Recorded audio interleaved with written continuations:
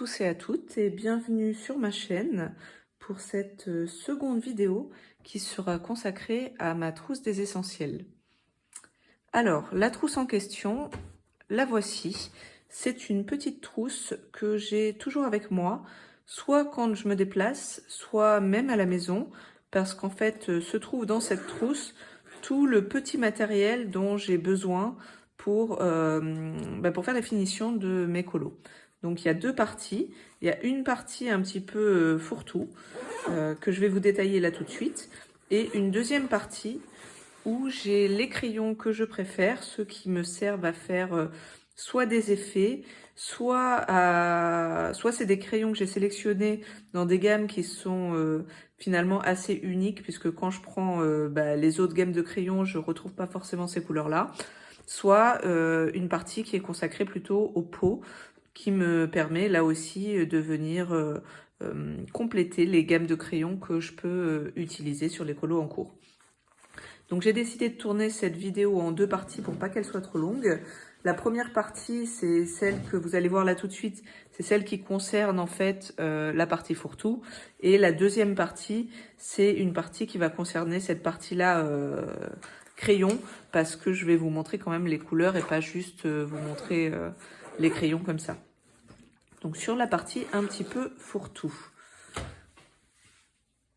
Alors je vais prendre aussi un papier parce que c'est pas mal quand même d'avoir ça sous la main pour pouvoir vous montrer, suivant les cas, le petit matériel en question. Donc, alors il y a des essentiels dans cette trousse et il y a des choses qui sont quand même un peu moins essentielles, mais comme on va dire la taille de la trousse me permettait de les rentrer, je n'allais pas me gêner. Donc voilà, donc vous les aurez aussi dans cette vidéo, sachant que je vais vous dire ce qui est pour moi essentiel ou pas, mais comme vous voyez, comme c'est fourre-tout, ça va pas forcément être, il n'y a pas forcément d'ordre en fait dans la présentation. Ici, donc ça c'est un petit gant qui n'est pas essentiel, mais comme moi j'habite dans le sud, c'est vrai que souvent il fait chaud, hein, même si maintenant ça arrive aussi dans le nord, mais souvent il fait très chaud et ça évite de transpirer et de tacher en fait le colo avec les zones qu'on a déjà faites, surtout quand c'est du matériel par exemple aquarellable qui a tendance à bouger quand même un petit peu avec l'eau. Donc voilà, un petit gant, pas essentiel, mais quand même utile et qui prend pas trop de place. Ici, donc ça c'est un washing tape de chez Craftelier. J'en ai testé pas mal, mais l'avantage de celui-ci, c'est qu'en fait il colle pas beaucoup. Et c'est vrai que quand on veut faire un cadre blanc et qu'on l'enlève à la fin de son colo et qu'on se rend compte que le washing tape a finalement arraché le papier, c'est toujours désagréable. Et celui-là, du coup, je trouve que c'est un bon compromis. Il est vendu par 3 sur le site de Craftelier et il est pas mal du tout, de par le fait qu'il colle pas beaucoup. Alors, il y a deux petites astuces quand même pour décoller le washing tape. La plus connue, c'est bien sûr de passer son scotch sur un vêtement, notamment un jean, etc., pour qu'il soit moins, pour qu'il adhère moins. Et la deuxième astuce dont on parle un petit peu moins, c'est le fait de passer un coup de sèche-cheveux pour ramollir la colle en fait et pour là aussi aider à décoller le washing tape. Mais avec avec celui-ci, j'ai pas besoin de faire ça. Et même s'il faut faire quand même attention et tirer plutôt vers les bords extérieurs, en fait, celui-là je trouve, est très pratique. Ensuite, alors un petit taille-crayon parce que justement quand on se déplace, c'est toujours pratique et le Tigal permet de faire plusieurs pointes et notamment des pointes vraiment très très fines. Donc voilà, ça c'est quand même un essentiel à avoir dans une trousse qu'on transporte. Un feutre à alcool, un marqueur à alcool transparent qui sert en fait à blender tout simplement. Alors pas forcément que blender le feutre à alcool justement, mais blender aussi les crayons de couleur. Ça marche aussi avec les crayons de couleur aquarellables. Donc suivant en fait les besoins qu'on a, c'est pas mal de le faire au feutre à alcool. Ici, alors c'est une sorte de petite trappe avec du papier de verre. Alors je pense que le but d'origine de ce petit objet, c'est de nettoyer les estompes, mais ça me sert moi aussi à nettoyer la gomme, à nettoyer les crayons, notamment quand on utilise du crayon blanc et qu'on passe par-dessus une couleur et que la pointe se salit un petit peu. Voilà, c'est toujours pratique d'avoir ça pour pour nettoyer son crayon ou sa gomme. Voilà. Ensuite, alors celui-là, je vais vous le montrer avec un autre en même temps. Là, j'ai la version longue, mais...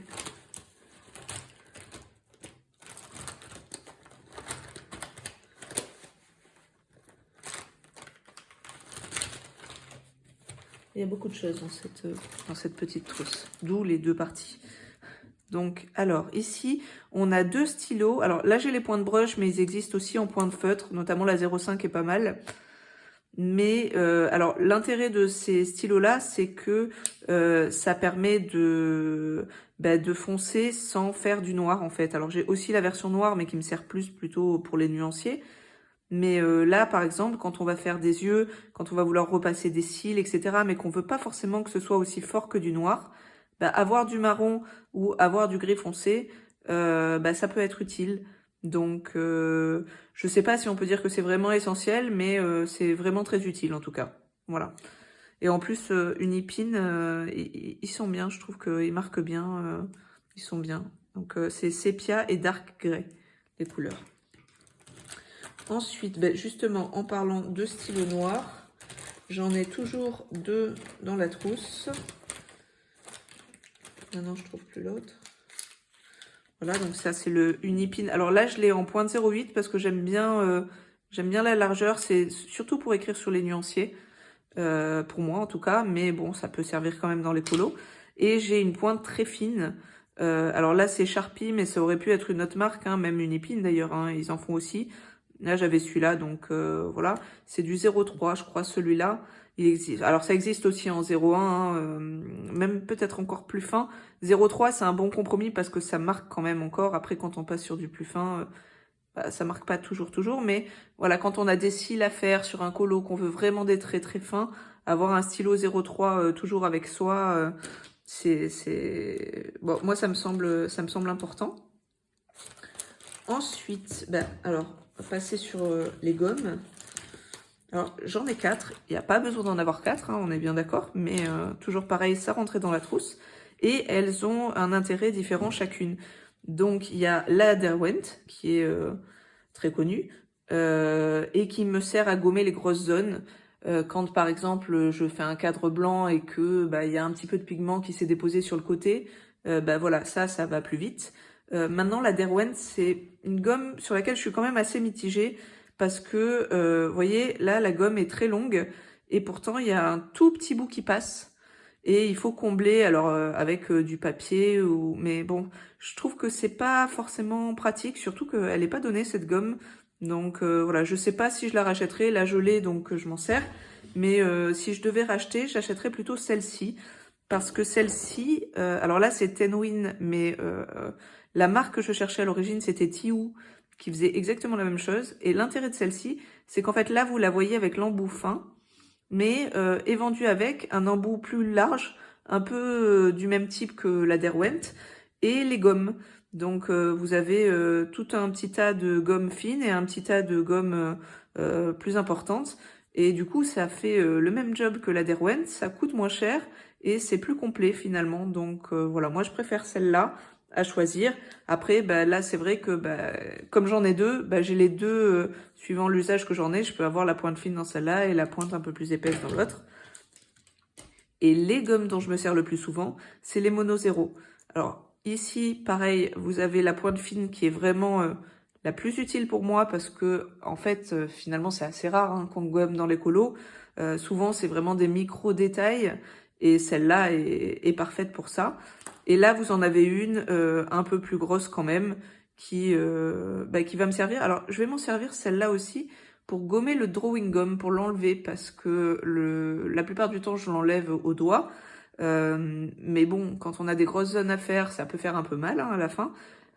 Et c'est pas forcément très agréable à faire. Et les gommes qui sont faites pour enlever le drawing gum, là, j'en ai pas parce que justement, j'aime pas trop ça. Je les trouve pas forcément... très efficace, alors que finalement une pauvre gomme, ça marche bien. Voilà, quand vous avez des grosses zones. Voilà pour les gommes. Ensuite, alors des pinceaux, j'en ai deux. Ça c'est un pinceau à réservoir d'eau rempli avec de l'essence Toujours pareil pour estomper. Je l'ai, mais très honnêtement, je m'en sers jamais. Voilà, c'est pas ma manière de faire. Maintenant, ça peut être utile, hein. Et celui-ci qui est un pinceau à réservoir d'eau en pointe fine, que j'ai toujours avec moi. Et c'est mon préféré, j'en ai testé pas mal, notamment Faber-Castell, Caran d'Ache, etc. Et en fait, finalement, celui que je préfère, c'est encore celui-là, qui est de chez Monali. Enfin, la marque Monali, mais en fait, c'est la marque de Cultura, qui est vendue par 3. Je sais plus s'ils les vendent vraiment séparément, mais en tout cas, ils les vendent en kit, c'est sûr. Et là, c'est la version la plus fine. Donc les autres pinceaux du kit sont avec d'autres pointes un peu plus épaisses.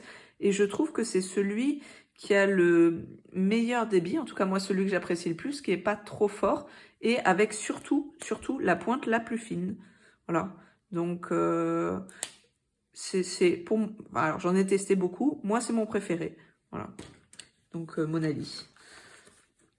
Ensuite, bah, un critérium, parce qu'il faut toujours en avoir un dans la trousse, un basique.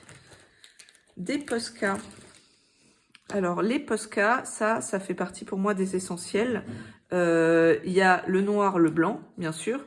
Le noir me servant notamment quand je veux écrire le nom d'une couleur sur un godet, parce que souvent j'achète des tubes d'aquarelle et je remplis moi-même les godets. Le blanc, bah, pour faire les points de lumière.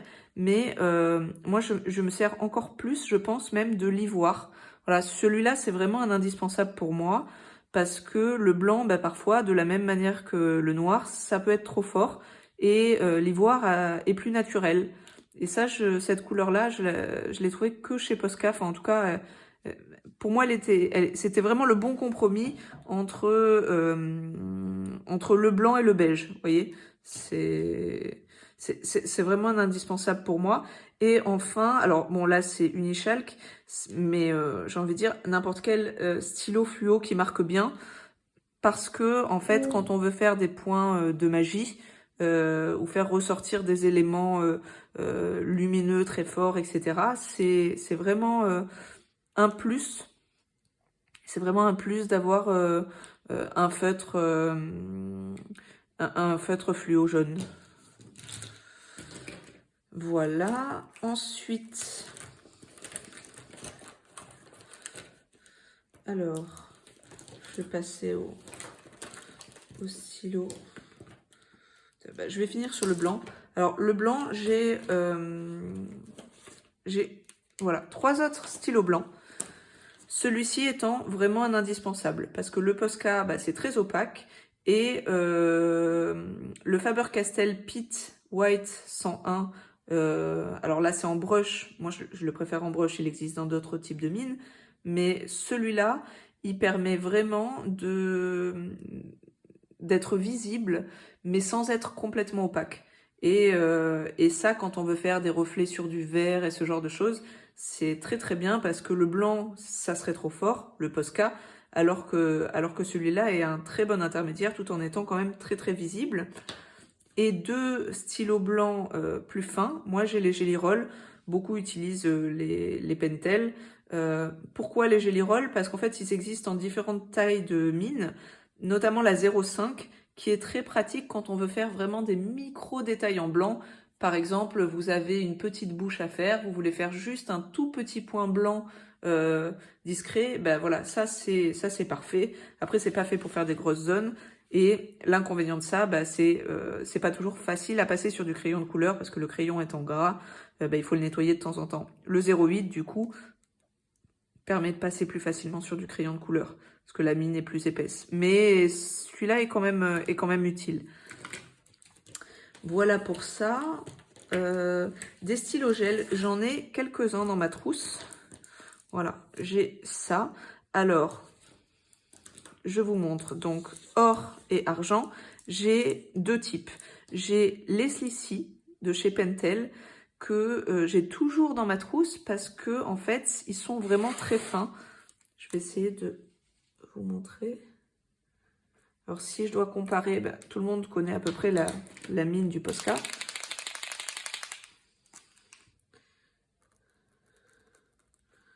Je sais pas si ça se verra trop là, mais pardon, voilà.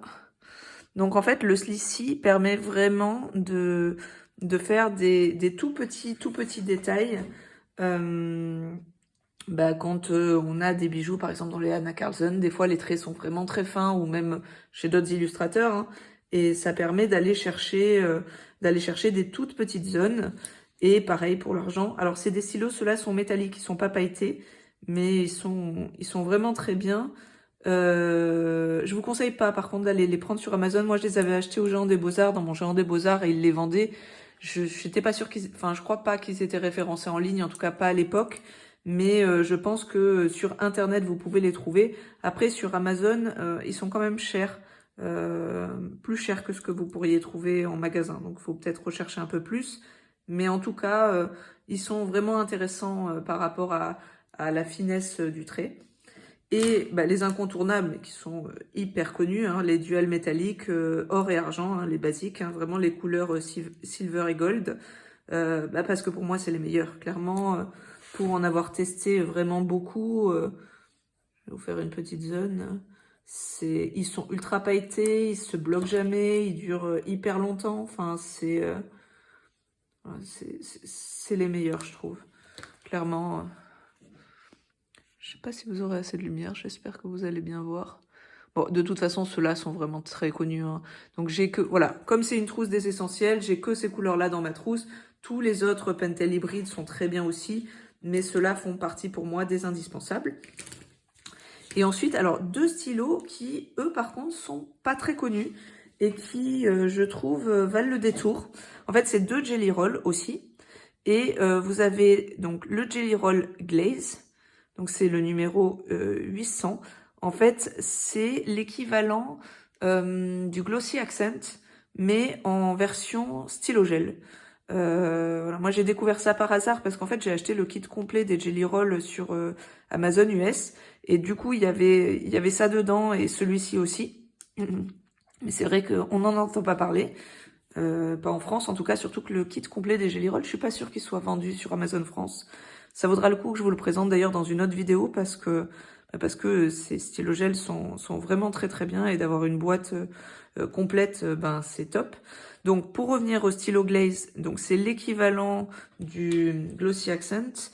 Est-ce que je vais peut-être vous faire... faudrait que j'ai un petit crayon.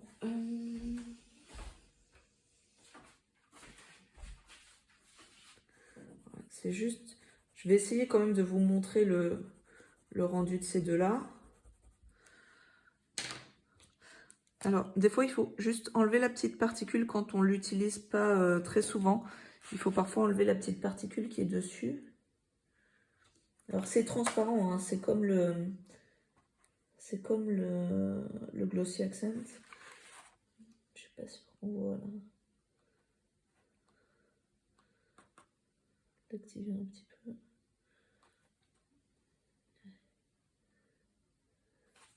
J'essaie de vous montrer, mais c'est pas évident. Si vous connaissez l'effet du Glossy Accent, c'est ça. J'aurais peut-être dû prendre une couleur un peu plus foncée. Est-ce que vous allez voir là, peut-être? Voilà. Vous voyez, ça donne un effet glossy. Voilà. Alors, il existe dans d'autres couleurs. Le noir est très bien aussi. Je pense qu'il doit exister même dans d'autres couleurs que le noir. Je me souviens plus dans la boîte de Jelly Roll, mais en tout cas, le noir, c'est sûr qu'il existe. Et c'est pareil, d'avoir ce côté un peu glossy sur du noir, c'est pas mal du tout. Moi, ça m'est arrivé de faire, par exemple, des toiles d'araignée en noir comme ça. Donc, vous avez un trait très fin. Et effectivement, dès qu'on bouge un peu le papier, ça bouge. Alors, ça se verra pas sur les photos Insta, hein, mais c'est très sympa à voir en vrai. Et celui-ci qui est vraiment pour moi... en fait, j'ai tourné un peu aussi cette trousse des essentiels pour vous montrer ces deux stylos-là en particulier. Parce que moi, j'en avais jamais entendu parler. Et en fait, il est fantastique, ce stylo gel. En fait, c'est un stylo gel pailleté, incolore, où il n'y a que les paillettes. C'est la couleur 700. Et je crois pas qu'il soit vendu dans le kit, justement, des stylo gel pailletés. C'est pour ça aussi que je vous donne la couleur. Parce que moi, je l'ai déjà vu en magasin. Une fois, j'étais partie dans le sud-ouest en vacances et je l'avais trouvé en magasin. Et il était en kit avec du noir et du blanc, je crois, de mémoire. Et en fait, je l'avais jamais trouvé autrement, si ce n'est aussi dans le kit complet des Jelly Roll. Voilà, j'espère que vous voyez bien. Et ça, c'est très très utile parce que comme c'est incolore, ça permet de rajouter des paillettes sur n'importe quoi, mais de manière très fine. Beaucoup plus que du Stickles, etc. Et puis, il n'y a pas d'épaisseur. Donc, quand vous faites ça dans un livre, vous avez aucun problème, ça transpercera pas, c'est sûr. Et il n'y a pas de surépaisseur non plus. Donc, c'est vraiment très bien. Ou si vous voulez faire, vous voyez, une petite touche de maquillage ou des choses comme ça. Enfin, celui-là, vraiment, s'il y en avait qu'un seul à retenir, je trouve, qui est pas connu dans ma trousse, ça serait celui-là. Voilà, le 700 de Jelly Roll métallique 700. Voilà pour ça. Ensuite, un Copic, j'en ai qu'un seul dans cette trousse. Pourquoi? Parce qu'en fait, celui-là, c'est vraiment un passe-partout pour les ombrages. Là, c'est BV003, enfin 30, pardon. Il y a le BV00 aussi, qui est pas mal, qui est un tout petit peu plus foncé. Il y a le BV40 aussi, qui existe en sketch. Mais voilà, en gros, tous ces BV-là, du plus ou moins foncé, sont très très utiles pour les ombrages. C'est Clanadia, je crois, qui s'en sert beaucoup, à qui je passe le bonjour du coup au passage. Voilà, donc ça c'est bien pour les ombrages par exemple de visage ou pour les ombrages de vêtements quand vous allez faire un vêtement blanc et que vous allez vouloir marquer une ombre. Et ça se superpose bien avec d'autres feutres aussi. Donc voilà pour celui-là, donc c'est le seul du coup que j'ai dans ma trousse. Et ensuite, alors voilà, une gomme dont, bon, moi je me sers jamais, qui sert à estomper les traits quand on fait de l'aquarelle par exemple et qu'on veut estomper les traits du crayon. Bon, pour estomper les traits du crayon, je préfère utiliser du crayon aquarellable qui va finalement se fondre quand on va passer l'eau. Mais bon, elle était dans elle est dans la trousse, donc je vous la montre au passage. Ensuite, et pour finir, on a encore, voilà, juste 4 petites choses. Celui-là, je vous l'ai montré, pardon, je l'ai en double. Donc, 3 petites choses. Donc, c'est le pinceau, parce qu'il en faut toujours un pour enlever un petit peu la poudre de pigment, etc. Un ciseau, parce que ça aussi, c'est pareil. Enfin, c'est une trousse qui sert à tout. Donc, un ciseau, c'est toujours bien. Et une petite pince pour accrocher les papiers. Voilà pour cette partie un petit peu fourre-tout de la trousse. J'espère que ça vous a plu, que ça vous a intéressé. Je vais vous tourner tout de suite la deuxième partie avec les crayons. Comme ça, si vous voulez, si vous préférez les vidéos pas trop longues, vous pourrez regarder en 2 fois. Et si vous aimez bien les vidéos longues et que le thème vous intéresse, comme ça, vous pourrez les mettre, vous pourrez les voir d'affilée. Voilà. À tout de suite.